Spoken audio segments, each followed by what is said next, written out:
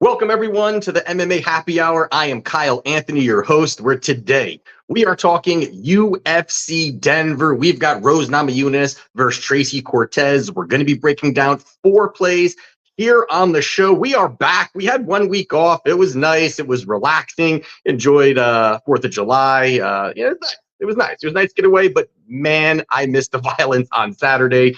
So we've got a card here this weekend. And again, I know not highest level card overall, but we don't give a shit because we're here to put our money in strong positions. And boy, have we done it this year. Once again, I like coming on here and saying that this feels good. We picked up over 10 units of profit at UFC 303. That now, for the year, out of 20 events, we've cashed 16 of them, which is just really out of this world at this point here. If you want to become a client, link down in the description. Got plays up right now for you. 3 Kline plays up, 2 at plus money right now. So go check that out. But with that being said, let's, before we get into the show here, go down there, click the like button, feel good about it, head kick the bell icon, get involved. Let's get that algorithm going here. Always appreciate all of that. Anyone who's commenting, again, I say it all the time here, whether you agree, disagree, it doesn't, there is no emotions behind this. Banter is always very, very welcome here. So let's get all into this. Let's keep making money. We're all on the same team here. So let's get into it, and let's get into the main event of the evening between Rose Namajunas and Tracy Cortez. Now, you got Rose here, minus 230, has tightened a little bit here, and you do have Tracy Cortez. She's plus 180. Now, you've got Rose, well-rounded, former strawweight champion, coming up here against Tracy Cortez, who really predominantly a wrestler here. And, she continues to evolve, continues to get a little bit better. Each fight, you are seeing some of that here. Now,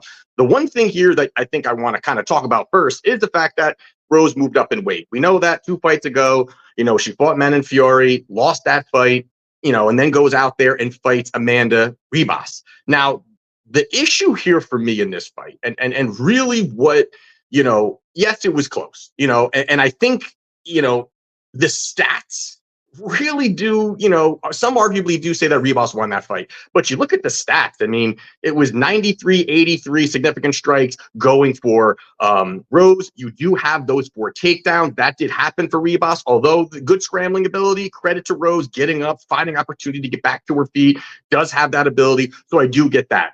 But the issue for me here on the Rose side is the fact that she's now facing arguably the best wrestler in the division in Tracy Cortez. Now, I understand all the variables and the movement and all those other things, but she's facing a very tough wrestler. And, Tracy Cortez is someone who's got quick first step when she level changes. She times them very well. And she really is starting to, with the strikes and evolving her striking, she's really going to start to kind of piece those together and kind of put them together a little bit more seamlessly than she has. Now, Rose on the other side here, who has really predominantly been a strawweight. That's been her spot where she's been out of the division, been a champion there. Now she's come up in weight. Where I do see a big advantage here for Tracy Cortez is the physicality and strength. I think that really is something that has not been talked about very much.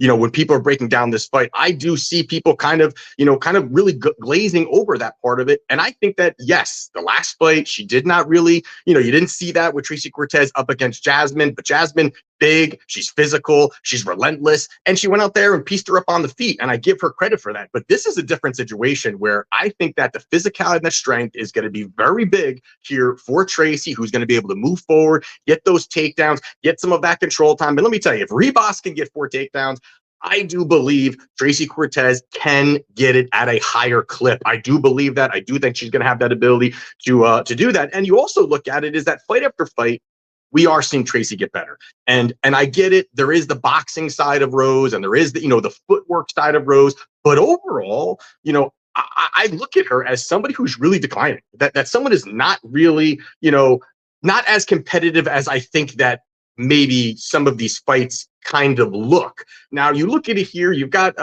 Tracy Cortez has looked good. She went out there, beat Melissa Gatto. Melissa Gatto was very tough out for anybody.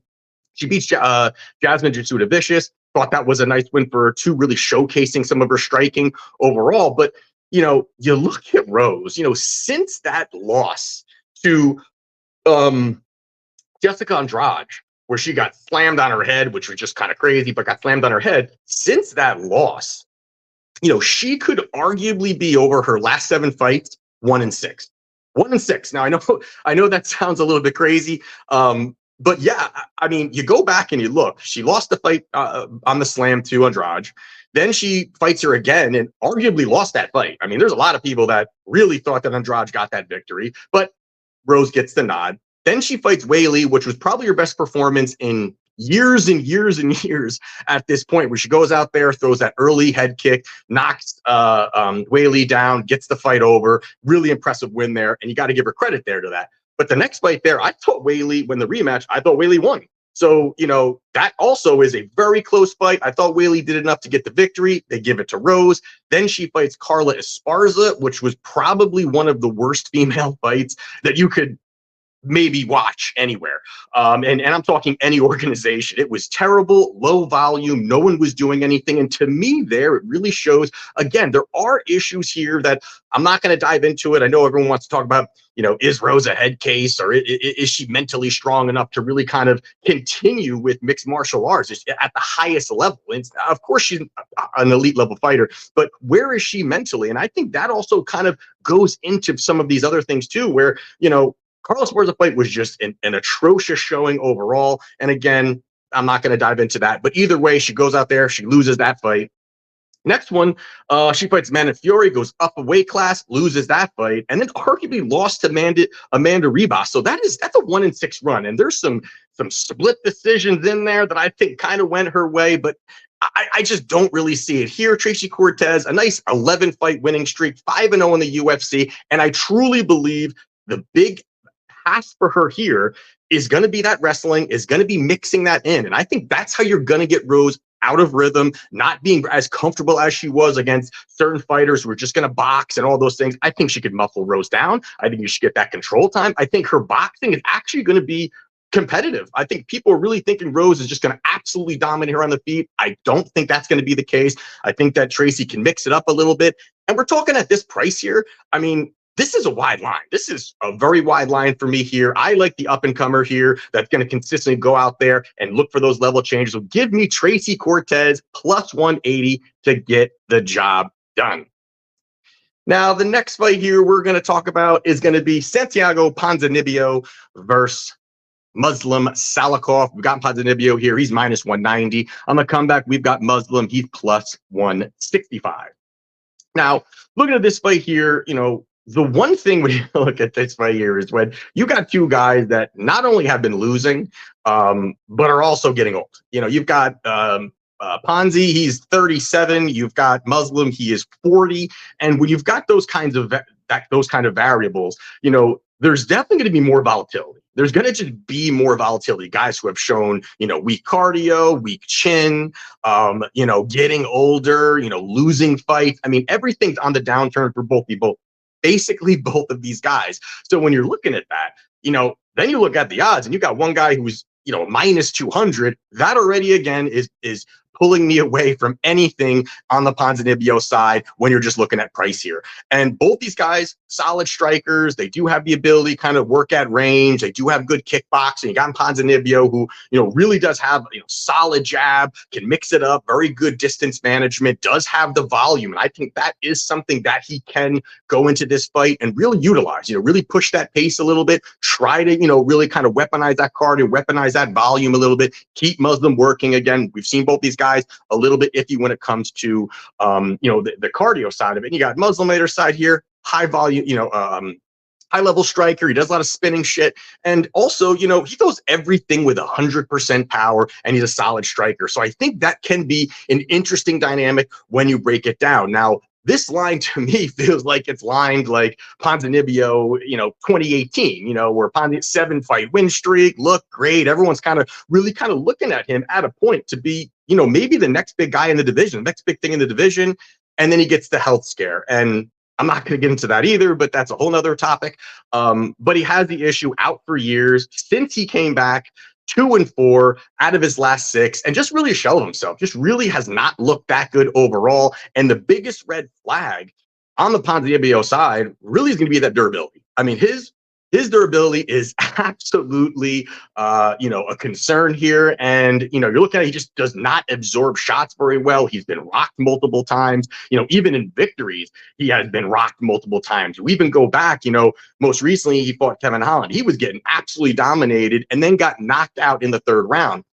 My issue with that fight is basically, that was a lazy shot from Holland. It was not this like he really just detonated him. It was kind of a loopy, lazy shot that did catch him on the chin. And of course, I'm not the one taking those shots, so I do understand that. But I thought that he just collapsed off of that shot. Fight over. That's not looking good for him. And then also, even look when Ponzinibbio on his victory beat Alex Morono, and Alex Morono, was beating him the first 2 rounds cleanly. I mean, he was beating him up, in my opinion, was up on the scorecards, was on his way, and then Ponzinibbio finds that knockout, late in the third round. So he could be on a 1-5 run, which makes, things look even worse here. But stylistically, yeah, I get it. Ponzinibbio, he could have, maybe the better hand speed, maybe those certain things. But I think that volume and the fact that Ponzinibbio has a willingness to kind of move forward, throw big shots, exchange in the pocket, he's going to want to stand and strike. In Muslim's side, Muslim's a really solid counter striker. I really like his counter striking. If he's fighting another counter striker, I think that's where things can get a little bit interesting because no one's really pulling the trigger. No one's really pulling the trigger first. But in this situation, you're going to have Ponzinibbio, who's going to push the volume, who's an absolute warrior, looking to exchange in the pocket, throw. And I think that's where you're going to find opportunities here for Muslim. And again, I just think if Ponzinibbio is willing to stand and exchange toe-to-toe, this is going to open up opportunities for the big shot for Muslim here. And I think, again, both these guys could be glass cannons here. They could, one shot could be end for either one of them. But I do think Ponzinibbio is really on a part that his chin is just really destroyed at this point here. And now you're looking at Ponzinibbio again, minus 200. I got to go with the dog here. I got to take the plus money. This feels like a dog or pass spot. So I'm taking Muslim Salikhov plus 165 to get the job done. Next one here we are going to talk about is going to be Josh Fremd versus Andre Petroski. And we're looking here to pick him here, minus 110, minus 110. Interesting fight here. This is either opening up the card or second one, whatever it may be. And I think it's a pretty interesting fight.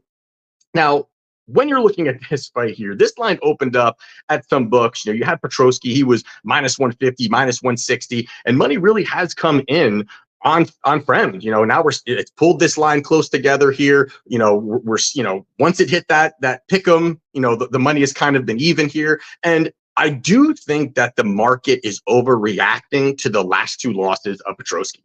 I really think so. You've got a guy in Petroski who was on a 5-0 run in the UFC, a lot of hype behind him. People like this guy. Guy is a monster, big physical guy, doesn't really have the best striking, but he's, ground game. He's strong. And all of a sudden he goes out there, loses to Michel Pereira. You can't blame him for that. I've been betting Pereira for a while. I've been betting Pereiras for a while here. But he was on an 8-fight winning streak right now, has just looked like a destroyer. But the fight that I think most people really are like, man, is this guy a clown, is when Petroski fought Jacob Malkoun. And this was a fight where, competitive early. I'm sure you've heard this everywhere, and if anyone's talking about this fight, but Petroski goes for a takedown, basically smashes his head against Malkoun's hip bone and gets rocked, falls down, fight over. Very, very terrible situation there. Does not look that good when you're looking at it, but you also got to look at the fact that, Josh Fremd is not very good. I mean, let's be real about who Josh Fremd is.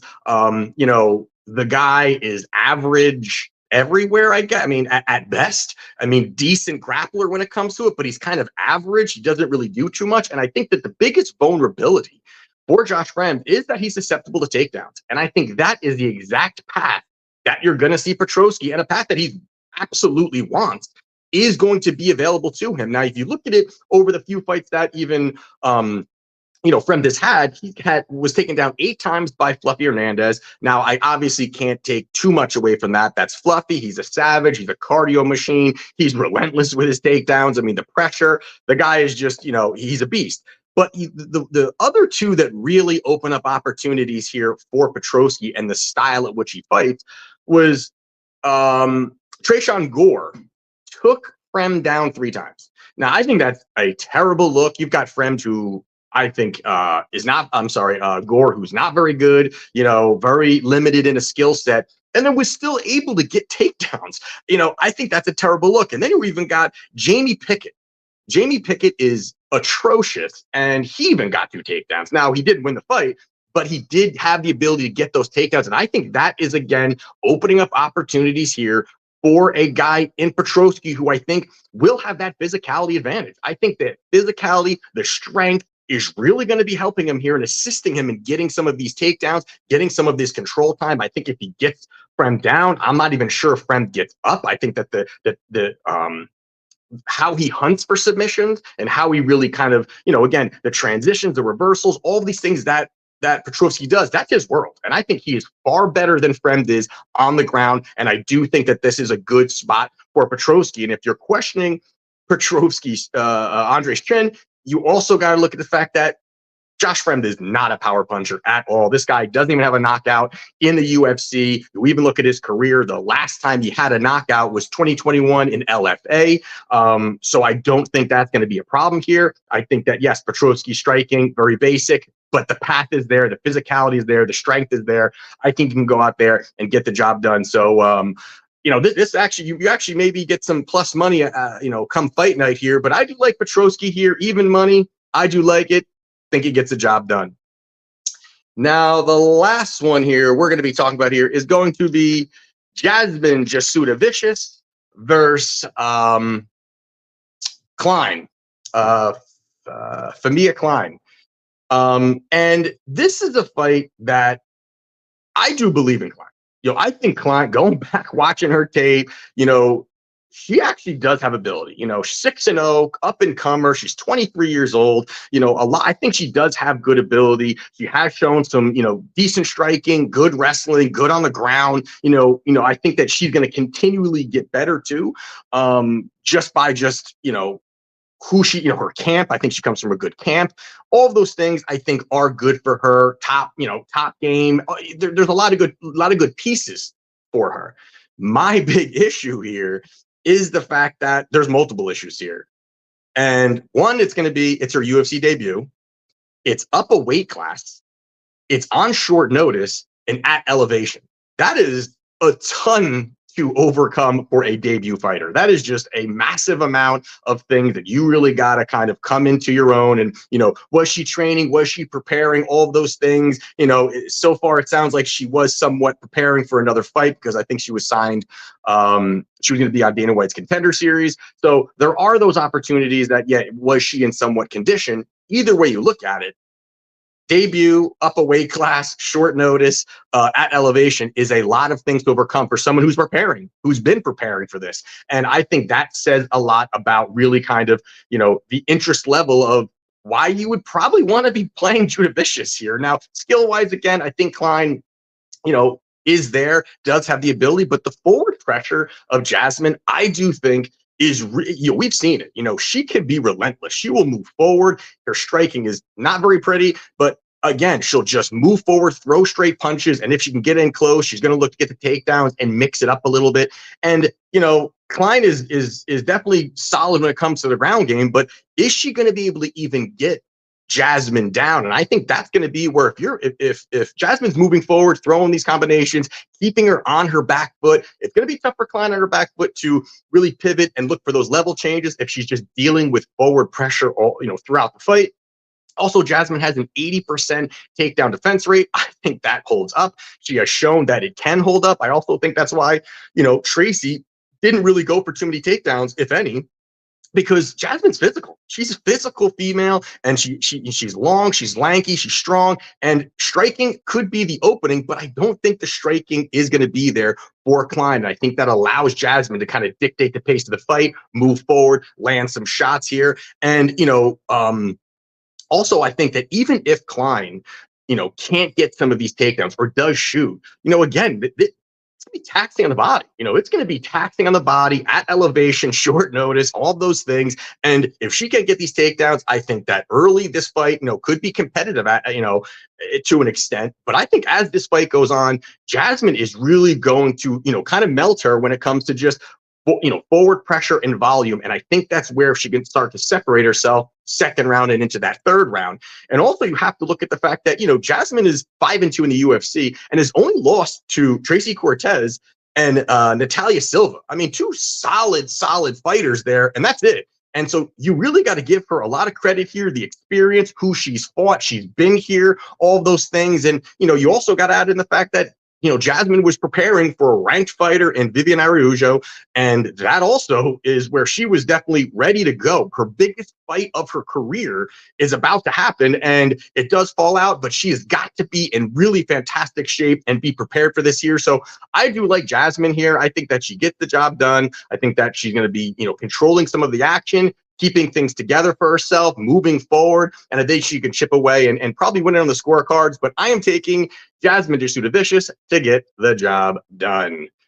So there you have it for UFC Denver. If you want to become a client, link down in the description. Also, Underdog Fantasy Sports, link down there too. They're matching $250 if you are looking to be a new customer and make that deposit. So, with that being said, let's keep it going. I'm sensing we're going to cash 17 out of 21. We're going to just keep going.